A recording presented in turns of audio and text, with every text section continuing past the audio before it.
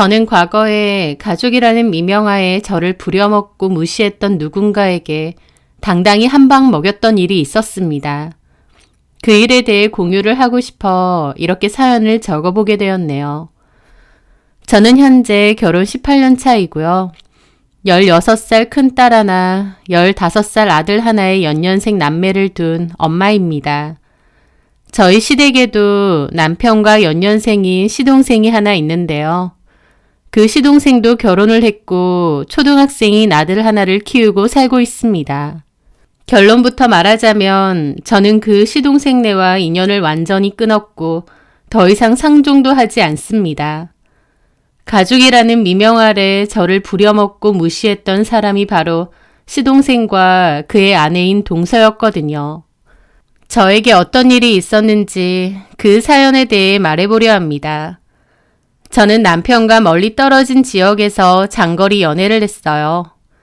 그러다가 결혼을 하게 되면서 합치게 되었는데 제가 남편이 있는 지역으로 오게 되었죠. 원래 다니던 회사는 그만두고요. 사실 저는 회사 일 하는 것도 재밌어 했습니다. 그만두고 싶지 않았죠. 하지만 남편을 사랑하는 마음이 더 컸기에 모든 것을 정리하고 남편을 따라 올라온 것이었습니다. 결혼하고 바로 아이가 생겼고 그때부터 집안일과 육아를 전담해서 했습니다. 남편은 제가 워낙에 활동적인 성격이다 보니 집에만 있는 게 갑갑하지 않을까 걱정했는데 웬걸 집에서 살림이랑 요리에 흥미를 붙이니 그것도 너무 재밌는 거예요. 남들이 보면 참 특이한 취미일 수도 있겠다 싶은데 저는 집을 청소하고 살림하는 게 기분도 개운해지고 스트레스도 풀리고 참 좋더라고요. 저희 집에 놀러 오는 사람들은 저보고 어떻게 연년생 아이들 키우면서 집도 이렇게 깨끗하고 음식도 다 직접 해먹일 수 있느냐고 놀라는 분들이 많은데요. 사실 그냥 집안일하고 요리하는 게 재밌고 제 취미가 되어서 그런 것 뿐입니다. 저도 제가 집안일과 요리에 이렇게 취미가 생길 줄은 몰랐고요. 하여튼 그렇게 저는 아이들 키우면서 집을 청소하고 가꾸는 재미로 즐겁게 살았어요. 남편하고도 사이가 좋았고 시부모님하고도 별다른 문제 없이 잘 지냈죠. 그러다가 저희 아이들이 6살, 7살 됐을 무렵 시동생이 결혼을 한다고 했습니다. 동서될 사람은 시동생이랑 같은 회사에 다닌다고 했고 저보다는 2살이 어리더라고요. 제 딴에는 동서가 생긴다고 해서 좋았고 친해지고 싶기도 했습니다. 그런데 동서는 좀 냉랭한 성격이었고 제가 말을 걸어도 거의 단답식으로만 대답을 하고 대화를 해도 길게는 하지 않더라고요.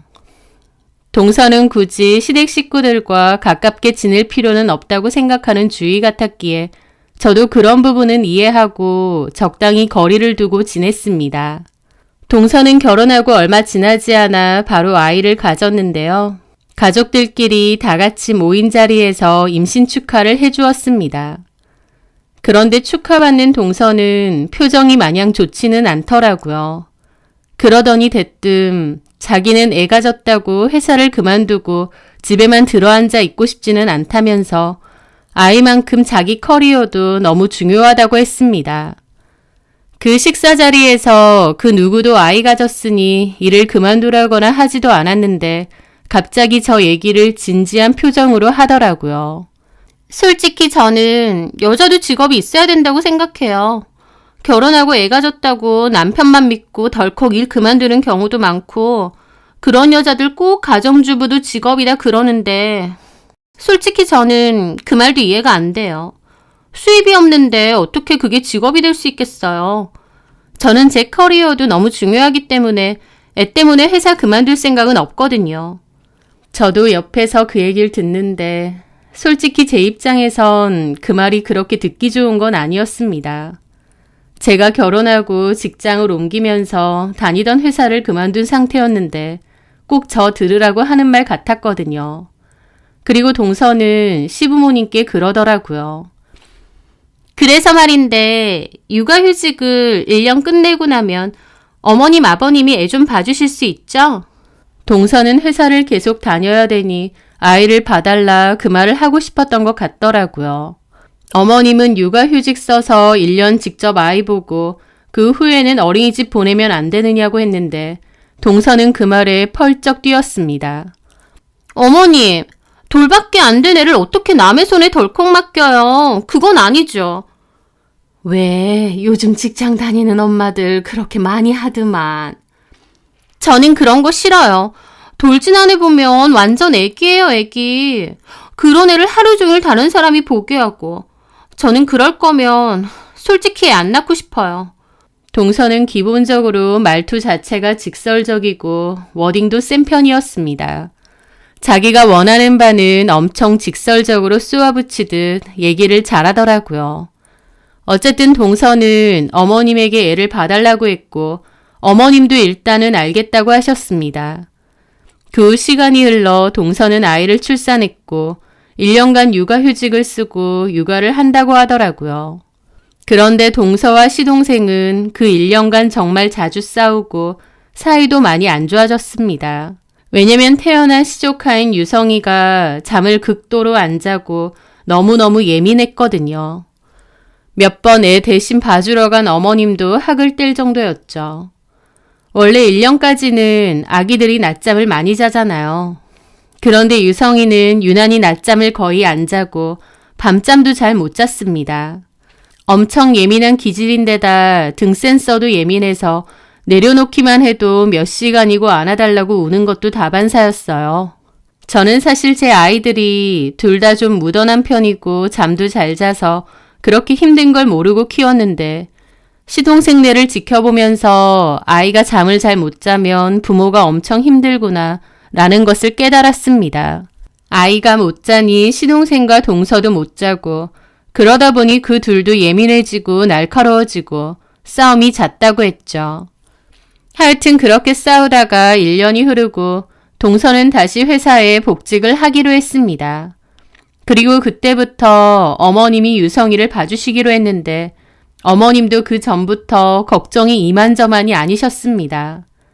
봐준다고 약속했으니 봐주긴 봐줘야 되는데 유성이가 너무 예민하고 잘 울고 고집도 세고 한 번 울면 몇 시간이고 우는 기질이다 보니 어머님도 시작도 전에 걱정이 많으셨어요.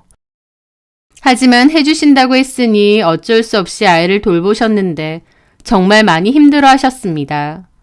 어머님 그때 제일 많이 하시던 얘기가 애가 어쩜 저렇게 잠을 안 자냐 죽겠다 였습니다. 밥투정도 심하고 먹는 것도 잘 안 먹기도 했는데 제일 큰 문제는 역시 잠이었죠. 어머님은 유성이를 봐주면서 얼마나 고생을 하셨는지 살이 실시간으로 빠지실 정도였습니다. 우스갯소리로 다이어트가 필요 없다고 하실 정도였죠. 아무리 어머님이 유성이 친할머니라고 해도 그리고 소정의 수고비는 드린다고 해도 그래도 저렇게 고생하시는데도 동서는 별로 어머님에게 고마워하는 게 안 보였습니다. 오히려 어머님의 육아 방식이 좀 마음에 안 든다는 얘기를 한 번씩 했죠. 저랑 엄청 친하진 않다 보니 구구절절 말은 안 해도 한 번씩은 툭툭 얘기를 했거든요. 하지만 옆에서 듣는 저는 동서가 너무하다 싶었죠. 어머님이 저 고생을 하고 애를 키워주는데 고마워하지는 못할 망정 이게 잘못됐네 저게 잘못됐네. 그래서 저도 한 번은 볼멘 소리를 하는 동서에게 그랬습니다. 근데 어머님 요새 허리도 더 안 좋아지시고 많이 힘들어하셔. 올 때마다 살도 빠지시는 것 같다니까. 고생 많이 하시는 것 같아. 저는 동서 기분 상할까봐 저 정도로만 얘기했는데도 동서는 얼굴이 확 굳어서 더 이상 아무 말도 안 하더라고요. 동서 딴에는 제가 어머님 편든다고 생각했던 것 같아요. 저는 동서가 너무 염치가 없다고 생각했고요. 어쨌든 그러던 찰나 유성이가 두 돌이 되었을 무렵이었습니다. 이제는 어린이집 좀 보내자고 어머님이 곡소리를 냈고 동서도 결국 보내기로 했죠. 그런데 어머님이 그 사이에 허리 디스크가 문제가 생긴 겁니다. 원래도 허리가 좋지는 않으셨는데 무리한 육아로 인해 악화가 되셨고 시술을 받아야 된다고 하더라고요. 당연히 유성이는 돌봐주실 수 없었죠. 그런데 제가 알기론 회사에서도 애엄마들은 배려를 해줘서 조기 퇴근도 있다고 들었거든요. 아니면 어린이집에 조금 늦게까지 맡겨도 된다고 했고요. 그런데도 동서는 그렇게 하기 싫다고 했습니다. 조기 퇴근하면 나중에 승진에 문제 생긴다고 했고 또 어린이집에 늦게 맡기고 싶지도 않대요. 그러면서 다시 시터를 구하고 싶다고 했는데 그 화살이 저한테 왔습니다. 형님이 저희 유성이 좀 봐주세요. 사실 저는 어머님보다 형님한테 부탁하고 싶었어요. 아주버님 말 들어보니 형님이 살림도 잘하고 애 먹는 음식도 사 먹이는 거 없이 다 직접 만들어 먹이신다면서요. 소윤이 재영이는 이제 초등학생들이고 다 컸잖아요. 손도 덜 갈 텐데 저희 유성이 좀 형님이 봐주세요. 그러는 겁니다. 다른 사람의 부탁이었으면 충분히 좀 도와줄 수도 있었을 것 같은데 솔직히 유성이는 제가 안 될 것 같더라고요. 어머님이 돌보는 거 제가 옆에서 지켜봐서 아는데 너무 예민하고 고집세서 마음대로 안 되면 들어 누워버리고 제가 감당이 안 될 것 같았거든요. 게다가 동서나 시동생도 예민한 성격인데 괜히 애 봐주다가 무슨 문제라도 생기면 제가 너무 곤란해질 것 같았어요. 그래서 저는 좋게 좋게 웃으며 거절을 했습니다. 나는 좀 힘들 것 같다고요. 그런데 거절을 했음에도 시동생이랑 어머님까지 합세해서 저한테 애 좀 봐달라고 그러는 겁니다. 저는 몇 번이고 좋게 거절을 했음에도 계속 도와달라고 어머님 허리 나을 때까지 애 조금만 봐달라고 자꾸 그러는데 거절하는 것도 너무 불편하더라고요. 그렇다고 대놓고 유성이가 너무 별나고 예민한 데다 동서도 유난스러워서 애 봐주기 싫다 라고 할 순 없잖아요. 제가 계속 다른 핑계대며 거절을 하니까 더 부탁을 했던 거죠. 형님, 제가 어머님한테 드리듯이 수고비도 드릴 거예요. 그냥 봐달라는 거 아니고요. 이제 소윤이 재영이도 다 컸고 또 형님이 해본 적이 있으니까 잘 해주실 거잖아요. 솔직히 형님, 그냥 집에 있을 바에야 조카 좀 봐주고 돈 벌어가면 좋은 거 아니에요? 누구는 그냥도 봐준다는데 저희는 수고비도 드리잖아요. 동서, 나 수고비 없어도 되고 나도 이래저래 뭐 배우고 일 새로 시작할까 싶어서 준비하려고 그래. 하시면 되죠. 유성이 낮에 어린이집 가잖아요. 3시까지 있고. 3시 이후에 하원만 시켜주시고 저 7시에 오니까 그때까지만 봐주시면 되는데 힘든 거 없으시잖아요. 완전 꿀알바 아니에요? 사실 아주버님 계속 외벌이 하시는데 아주버님이라고 뭐 큰 사업하시는 것도 아니고 그냥 월급쟁이시잖아요. 아주버님도 말은 안 해서 그렇지. 사실 형님이 돈 좀 벌어주시길 바랄걸요? 라는데 기분이 좀 나쁘더라고요. 그런 건 우리 집에서 알아서 할 일이고. 제가 급해서 이렇게 부탁드려요. 가족끼리 좀 도와주실 수 없으세요? 제가 이렇게까지 부탁드리는데. 그 정도로 얘기하는데 어쩌겠나요. 결국 등 떠밀리듯 제가 유성이를 돌봐주기로 했습니다. 계속은 아니고 어머님 시술하고 회복될 때까지만 하기로 했죠. 내키지는 않았지만 그래도 이왕 조카를 맡아주기로 한 거니 저도 잘 맡아주고 싶더라고요. 3시에 유성이가 하원하면 그때 저희 집에 데리고 갔는데 초반 2주까지도 엄마 보고 싶다고 현관에서 울고 떼쓰고 제가 아무리 들어가자고 해도 난리 부리고 시작부터 난관이었습니다. 그 어느 정도 적응은 됐는데 그 후에도 쉽지는 않았습니다. 유성이는 제가 아는 아이들 중 정말 손에 꼽을 만큼 예민하고 별났거든요. 집에서 뭘 어떻게 하는 건진 모르겠는데 자기 기분 안 좋으면 소리 질러대고 물건 집어던지고 제가 기껏 차려준 밥도 여러 번 엎었습니다. 울고 떼쓰고 마음에 안 들면 바로 드러누워 자지러지게 울었죠. 달래줘도 안 되고요. 솔직히 제 자식이었으면 아무리 어리다고 해도 엄하게 하거나 버릇을 고치려고 노력했을 겁니다. 하지만 제 자식도 아니고 동선의 아이잖아요. 저도 당연히 조심스러울 수밖에 없었죠. 매일같이 속은 터지고요. 밥도 잘 안 먹어서 기껏 차려준 것도 안 먹을 때가 더 많은데 배고프다고 소리를 빽빽 지르며 울고 아이니까 이해하자라는 다짐을 하루에도 100번 넘게 한 것 같습니다. 밥은 안 먹는데 과자는 또 엄청 좋아하고 과자 달라고 또 떼쓰고 그런데 동서도 어쩔 수 없이 제가 과자를 먹이는 걸 알면서도 그걸 마음에 안 들어 하더라고요.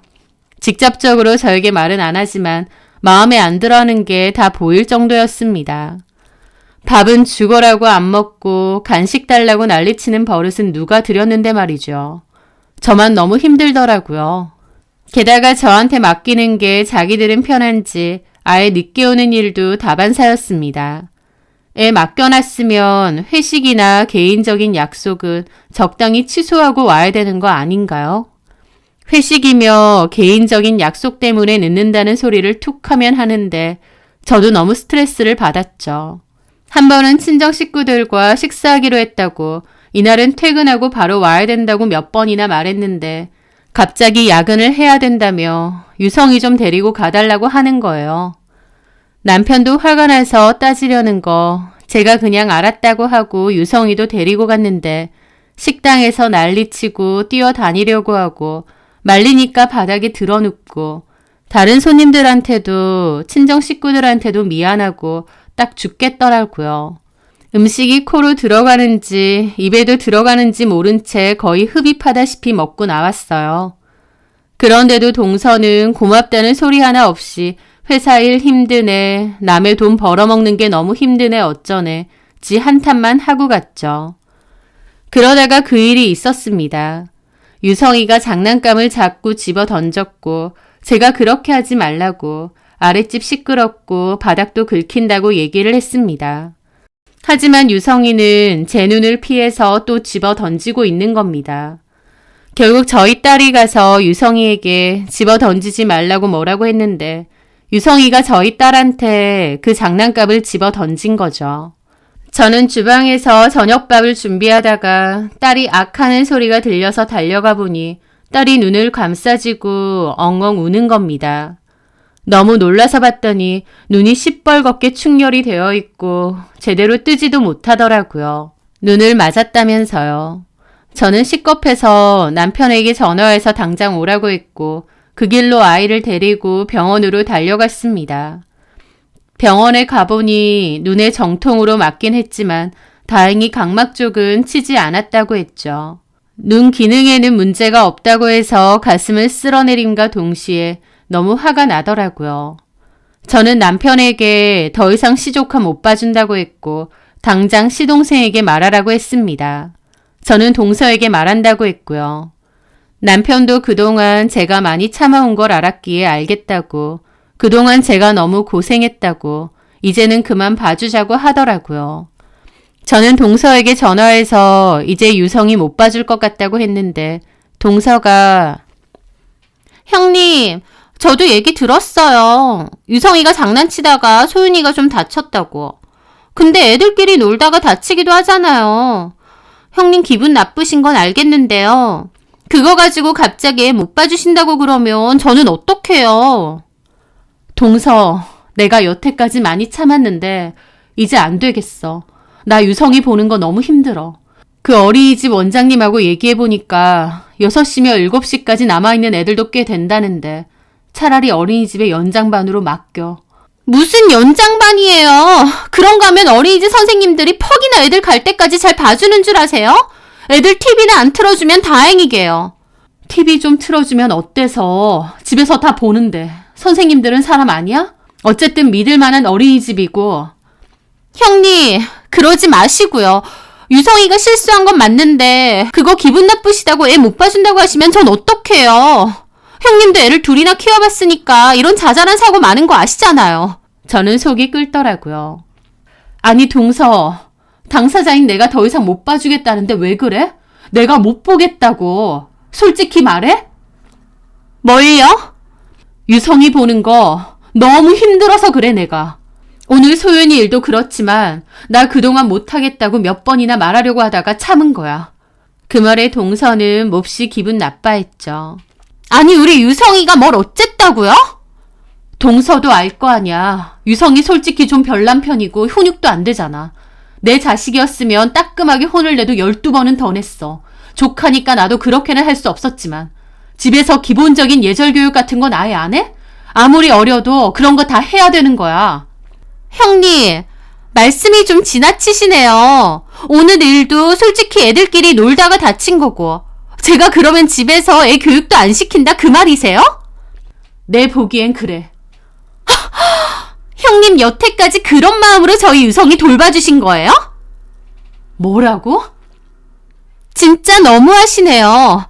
저도 솔직히 말해볼까요? 제가 공짜로 저희 유성이 봐달라고 했어요? 형님도 돈 받고 봐주신 거잖아요. 내가 받으면 뭐 얼마나 받았다고. 동서가 준 돈 결국 유성이 밥 해먹이고 간식 사먹이고 키카 데리고 가고 그런데 다 써. 그건 아니죠. 소윤이랑 재영이는 밥 안 먹어요? 그거 숟가락 하나 더 놓는 건데. 됐다. 그만하자. 나 유치하게 이런 걸로 싸우고 싶지도 않아. 나 돈 필요 없다고 유성이 안 본다고 몇 번이나 거절했어. 그건 기억 안 나? 저는 동서랑 몹시 감정적으로 싸웠습니다. 정말 열받더라고요. 돈돈거리는데 얼마 주지도 않았고 그거 애들 돌보는데 거의 들어갔습니다. 그리고 싫다는 사람한테 억지로 여태까지 지 자식 맡길 때는 언제고 이제 와서 저렇게 나오는데 정남이 떨어지더라고요. 그렇게 동서와 저는 한바탕 싸우고 전화를 끊었습니다. 애 봐준 덕은 없다더니 이게 딱 그 짝이었죠. 저는 이 일을 남편에게 말했고 남편도 재수씨가 경우가 없다며 황당해 하더라고요.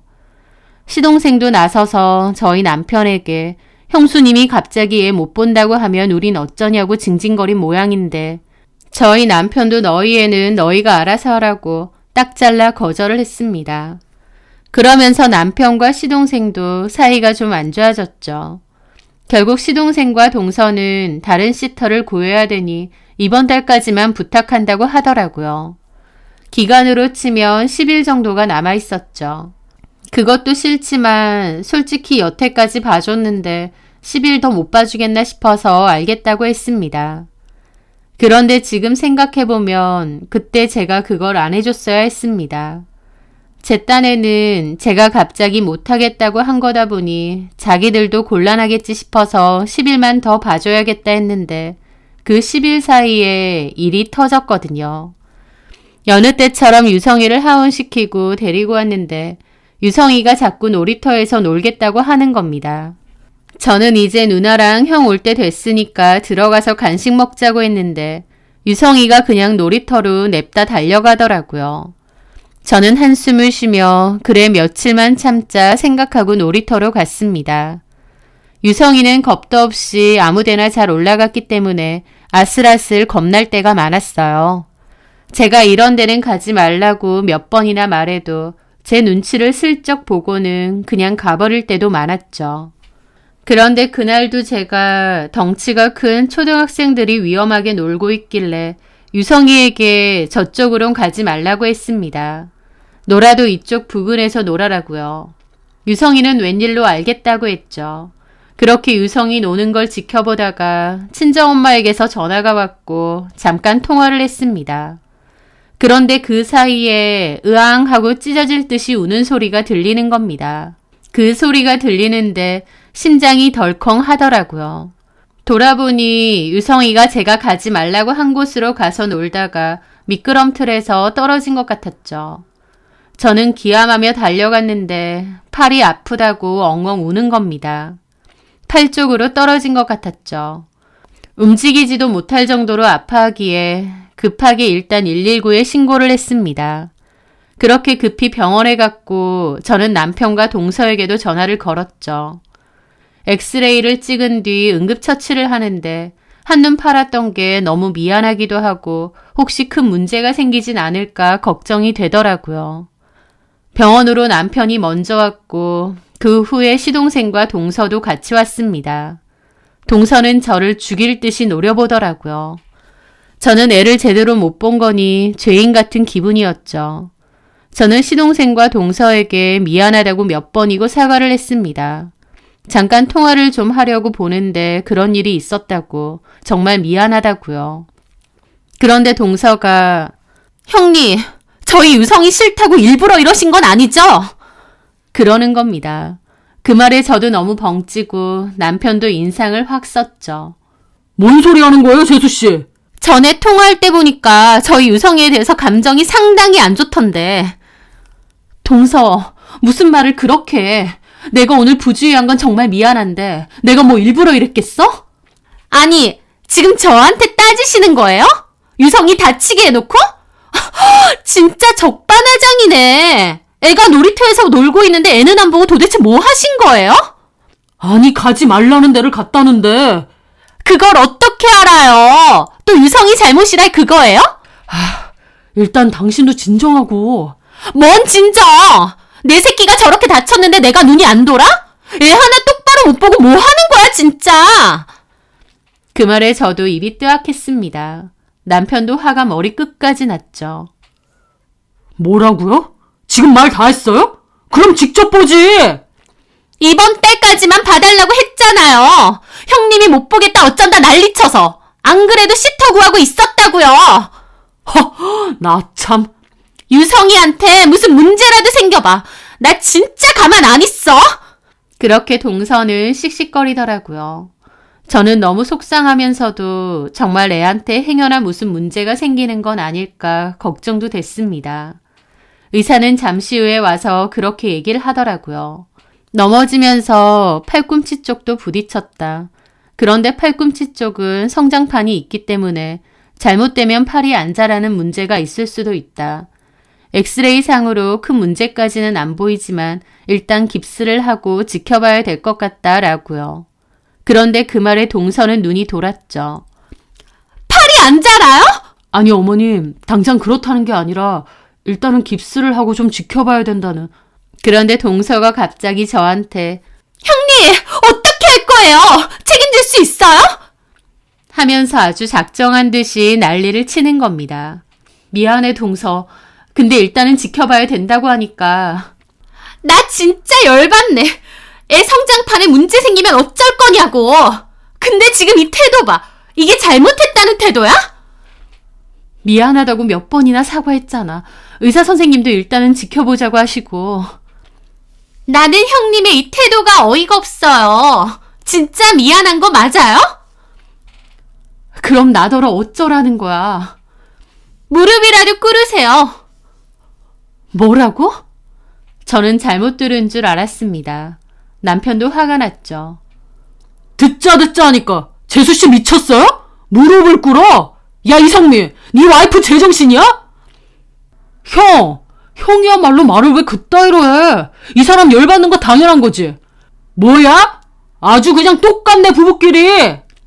뭐라고? 그 자리에서 순식간에 남편과 시동생까지 싸움이 붙을 뻔했습니다. 저는 겨우 남편을 떼어내고 동서에게 진심으로 미안하다고 다시 그랬습니다. 그러자 남편은 저한테 그만하면 됐지 무슨 사과를 또 하냐며 방방 뛰더라고요.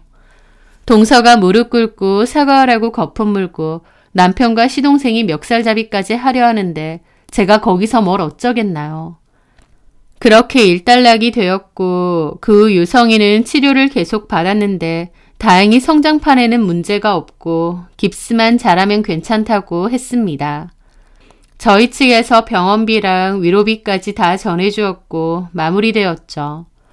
그 일로 시동생네와 저희 집은 완전 원수지간이 되었고 인연도 끊었습니다. 시부모님이 화해하라고 몇 번 얘기하셨지만 저도 남편도 시동생과 동서 얼굴을 보고 싶지 않았습니다.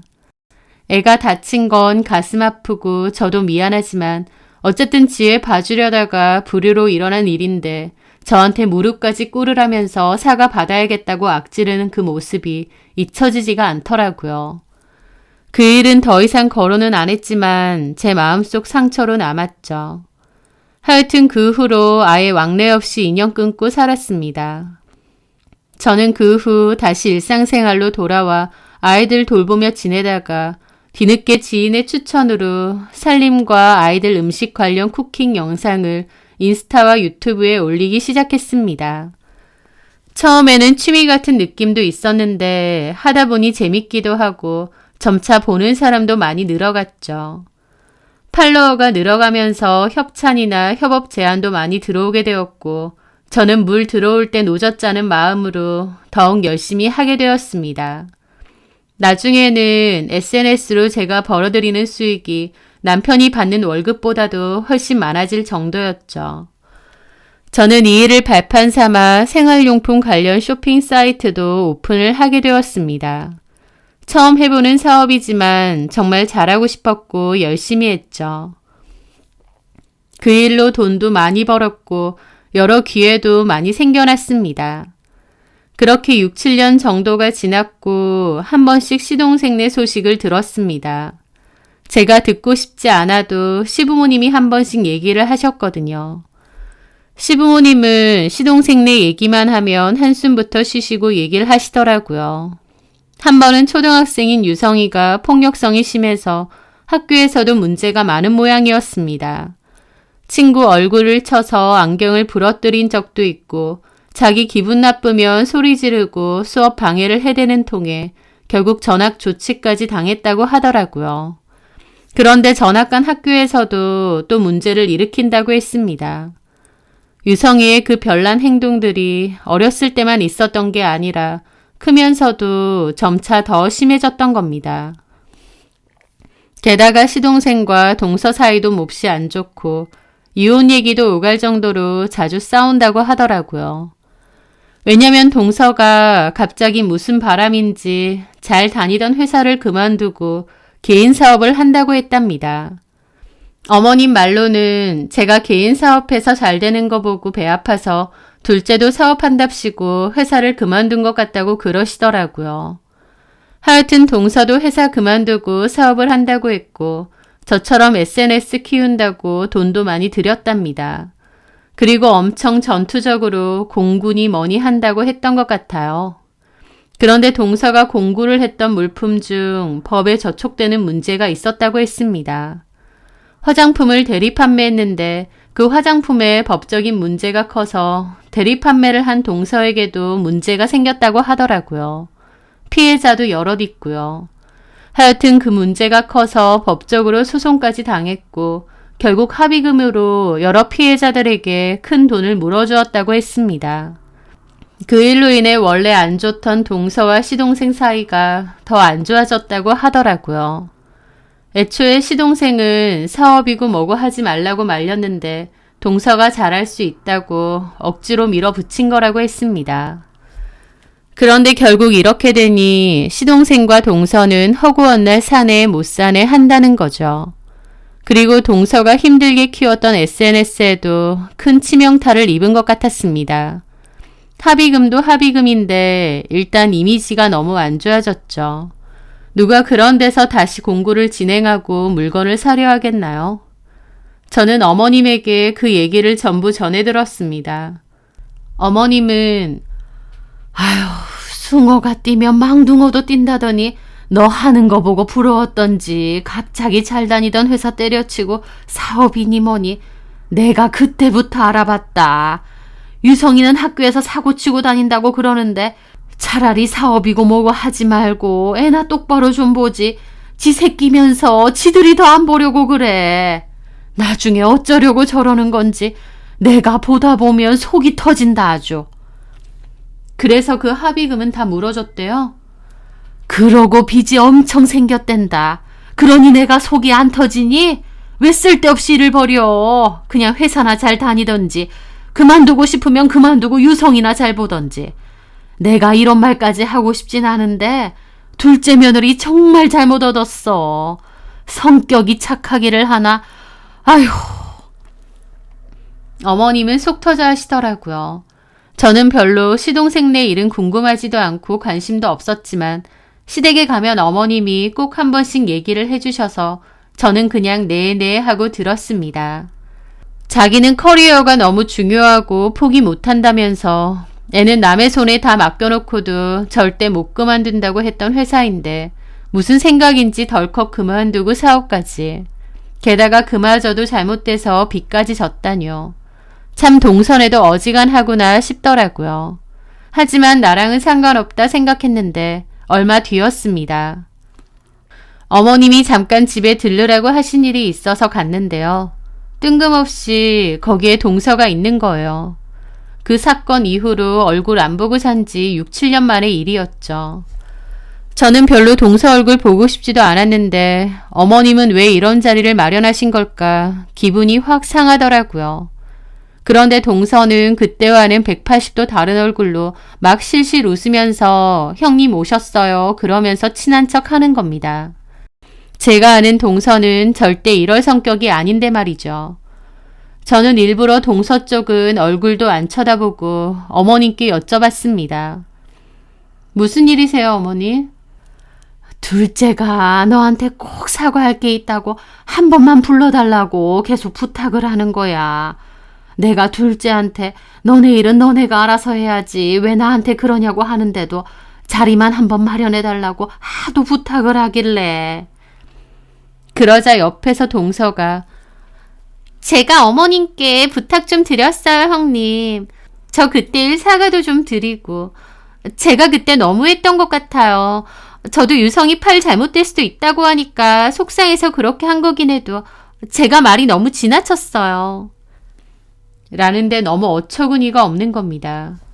그 일이 있은 지 6, 7년이나 지났고 그 사이에 아예 남남처럼 지냈는데 이제 와서 사과를 왜 갑자기 한다는 건가요?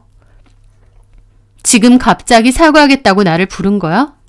그래도 가족인데 계속 안 보고 지낼 순 없잖아요. 저도 마음이 내내 불편했고요. 언젠가 한번 형님에게 사과드려야지 하면서도 도저히 기회가 안 생기더라고요. 라는데 그 말이 1%도 진심처럼 안 느껴졌습니다. 도대체 뭔 꿍꿍인가 싶었는데 잠시 후에 본인이 말하더라고요. 저기 형님, 저는 잘 몰랐는데 어머니께 들어보니까 쇼핑몰 사업하는 거 엄청 잘 되신다면서요? 어머님 얘기 듣고 형님 SNS 들어가 봤는데 와, 팔로우가 엄청 많고 형님 완전 잘 나가는 인플루언서던데요?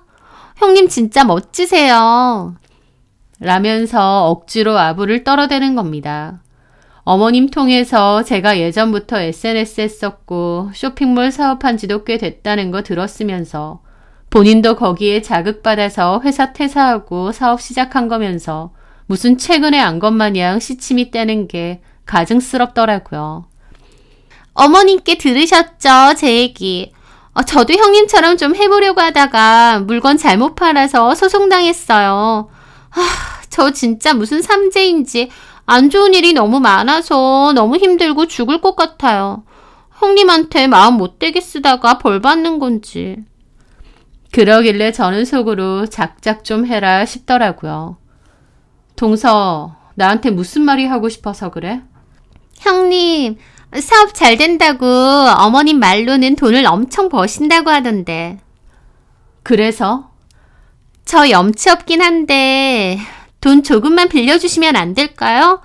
소송 비용으로 생각 이상으로 돈을 너무 날렸고 은행에서는 이미 집 산다고 대출을 풀로 땡겨서 어렵고 어쨌든 저도 이 일로 다시 일어서야 되는데 이제 미천도 없고 근데요, 제가 진짜 좋은 아이템이 있어서 이거 진행해보고 싶거든요. 이거 공구랑 사업 진행하면 다시 만회할 수 있을 것 같아서요. 그 말에 저는 동서를 가만히 보다가 그랬습니다. 참 염치가 없기는 하네. 네? 어머님한테 어떻게 들었는지 모르겠는데 나 그 정도로 돈 없어. 설령 있다고 해도 동서한테 쓸 돈은 없고 제가 대놓고 말하니 동서도 좀 빡친 게 보이더라고요. 동서는 꾹 참는 듯한 얼굴로 형님, 저도 이런 부탁하는 거 쉬운 거 아니에요. 그런데 오죽하면 제가 이러겠어요. 가족끼리 조금 도와주세요. 가족이라는 말에 저는 너무 웃겨서 웃음이 절로 났습니다. 왜 웃으세요? 동서 입에서 가족 소리 나오니까 웃기잖아. 동서가 나한테 애도 똑바로 못 보냐고 무릎 꿇고 사과하라고 악지르는 게 생생하거든. 동서는 가족끼리 그렇게 하나 보지? 남도 그렇게는 안 하겠는데. 그 말에 동서는 당황하고 어머님도 한숨을 푹 내시더라고요. 형님, 그땐 제가 너무 철이 없었어요. 그래서 제가 죄송하다고 하잖아요. 동서가 죄송하다고 하면 내가 무조건 받아줘야 돼? 나는 동서 사과 받을 생각 없고 받고 싶지도 않아. 우리 여태까지 남남처럼 잘 지냈잖아. 나한테 돈 빌려달라고 이러나 본데 사회생활 꽤나 한 사람이 기본적인 계산이 안 돼? 동서가 나 같으면 동서한테 돈을 빌려주겠어? 차라리 지나가는 노숙자한테 주고 말지. 그 말에 동서도 발끈하더군요. 형님 말씀이 너무 지나치신 거 아니에요? 지나친 건 동서 행동이고 어디서 6, 7년 만에 자리 만들어서 돈 빌려달라는 소리를 해? 우리가 그럴 사이야? 나 어이가 없네. 그 말에 동서는 얼굴이 시뻘개진 채로 입만 실룩이며 바닥을 보고 있더라고요. 저는 어머님에게 한 소리 했습니다. 어머니, 이런 일로 저 부르지 마세요. 제가 동서한테 사과 듣고 싶은 줄 아세요? 저는 동서랑 아예 상종도 하기 싫은 사람이에요. 지 새끼 봐준 거 고맙다는 말 한마디 없이 돈 주지 않았냐 큰 소리 탕탕 치고 애 다쳤다고 저 개 잡듯이 잡으면서 무릎 꿇고 사과하라고 소리 질렀던 인간이 동서예요. 어머님도 모르시는 거 아니면서 어떻게 이런 자리를 마련하세요? 제가 어머님에게 따지자 어머님도 미안하다며 쩔쩔 매셨습니다. 미안하다 첫째야. 나는 싫다고 그랬는데 자리 한 번만 마련해달라고 사람을 얼마나 괴롭히는지. 내 딴에는 그래도 자식들이 등지고 사는 것보다야 푸는 게 낫지 않나 싶어서 미안하다. 내가 생각이 짧았어. 그러더니 어머님은 동서에게 따지셨죠. 내가 싫다고 했지. 너는 이럴 때만 어머님이야. 그리고 너 나한테 뭐라고 했어. 그때 그 일 진심으로 사과만 하겠다며. 그래놓고 돈 빌려달라느니 그런 소리는 또 뭐야. 얘가 아주 웃기는 애네. 기껏 네가 부탁해서 자리 마련해줬더니 왜 나까지 곤란하게 해. 어머님도 화가 나서 동서에게 따졌죠. 동서는 입 꾹 다물고 있었고 저는 먼저 일어나겠다며 가방을 챙겨 일어났습니다. 그런데 그 순간 동서가 갑자기 제 다리를 붙잡더라고요. 무릎을 꿇은 채로요. 저는 진짜 동서가 미친 줄 알았습니다. 뭐 하는 거야? 안 나? 형님, 저 좀 도와주세요. 형님 돈 많이 벌으셨다면서요. 저는 뭐 속 좋아서 이런 부탁하는 줄 아세요? 저 진짜 너무 힘들어서 그래요. 완전 벼랑 끝이란 말이에요.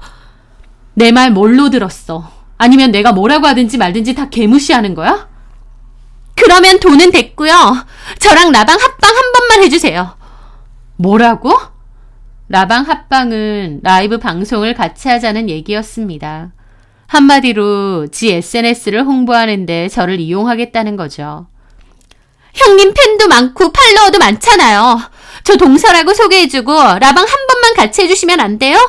형님 그 정도로 영향력은 있잖아요. 저 그 SNS 키우려고 들인 돈이 얼만데요. 이대로 망하면 저 진짜 곤란해져요. 돈 못 빌려주시겠으면 이것만이라도 해주세요. 네? 하면서 필사적으로 저를 붙잡았고 어머님도 그만하라면서 동서를 떼어내려 했습니다. 동서는 제가 돈 못 빌려준다고 단칼에 끊어내니 이판 사판으로 매달리는 것 같았는데 그 광기가 무서울 정도였습니다. 하지만 저도 막무가내 동서의 행동에 화가 나서 다리를 확 빼버렸습니다. 내 얘기 뭘로 들었어? 내가 너를 왜 도와줘? 네 일은 네가 알아서 해. 형님, 정말 이러실 거예요? 제가 무릎까지 꿇었는데? 그 말에 저는 코웃음이 났죠. 무릎 꿇어서 뭐 어쩌라고. 그 무릎 참 가볍네. 동서, 아무 데서나 무릎 꿇는 거 아니야. 그리고 남한테도 무릎 꿇으라니 그따위 소리도 함부로 하는 것도 아니고. 그러자 동서는 저를 노려보며 벌떡 일어났죠. 진짜 너무하시네요. 그때도 애 다친 엄마 심정인 제가 속상하지 형님이 속상하세요? 말 잘했다. 유성이 그렇게 다쳤을 때 내가 부주의한 거 정말 미안했다고 몇 번이나 사과했어. 근데 동서 그때 어떻게 했어? 건수라도 잡은 양 생 난리를 쳤지. 내가 모를 줄 알아? 유성이 핑계로 나한테 갑질 좀 하고 싶었나 본데. 동서, 내가 돈은 못 빌려줘도 진심으로 충고는 한마디 할게.